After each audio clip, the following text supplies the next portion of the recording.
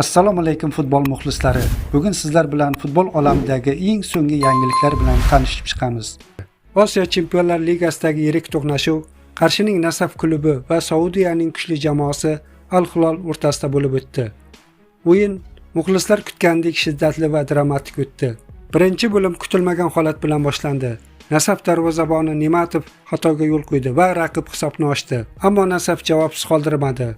Bahromovning super zarbasi hisobni 1-1ga yetkazdi.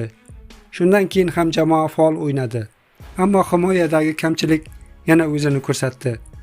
Saudiyaliklar ikkinchi golni urdi va taym 2-1 hisobida yakunlandi. Ikkinchi bo'limda Nasaf yana maydonga boshqacha ruh bilan qaytdi.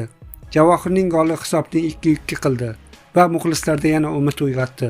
Darvozabon Nematov ham o'zini qo'lga oldi. Bir nechta xavfli zarbalarni qaytarib, super seflar amalga oshirdi. Biroq Al Hilol tajribali jamoa sifatida so'nggi so'zni yana ayta oldi va hal qiluvchi 3-golni ham urdi. O'yin 3-2 hisobida mehmonlar foydasiga yakunlandi. Shunday qilib aziz muxlislar, bugun natija biz istagandek chiqmadi. Albatta g'alabalar oldinda. Shuning uchun ruhimizni tushirmasdan Nasafni qo'llab-quvvatlaylik.